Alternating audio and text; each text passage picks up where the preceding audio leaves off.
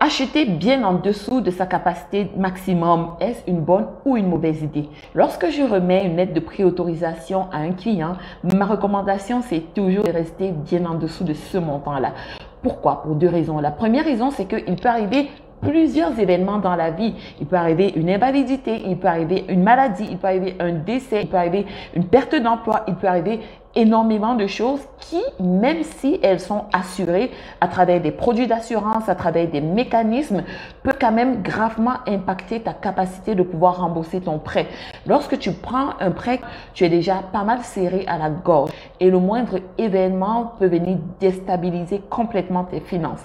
La deuxième raison est que ce montant-là représente un maximum. Ça veut dire qu'à la moindre variation économique, à la moindre variation des taux d'intérêt, par exemple, si tu es sur du taux variable, tu vas te retrouver à être au-dessus de ta capacité de prêt. C'est-à-dire que ta charge d'habitation va commencer à prendre beaucoup trop d'espace dans ton budget.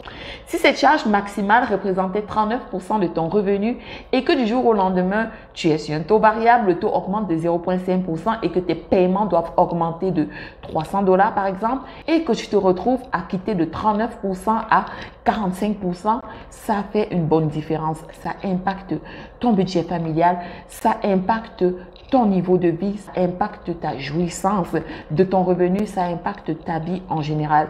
Et c'est comme ça qu'on va se retrouver à avoir des personnes qui perdent leurs emplois, qui ont du mal à boucler les fins du mois et qui perdent leur maison et bien d'autres situations malheureuses. Raison pour laquelle je te recommande vraiment de toujours rester un peu en dessous, sinon bien en dessous de ta capacité maximale de prêt lorsque tu magasines une propriété. Pour tes projets immobiliers, n'hésite pas à me contacter, tu as toutes mes coordonnées en barre d'informations.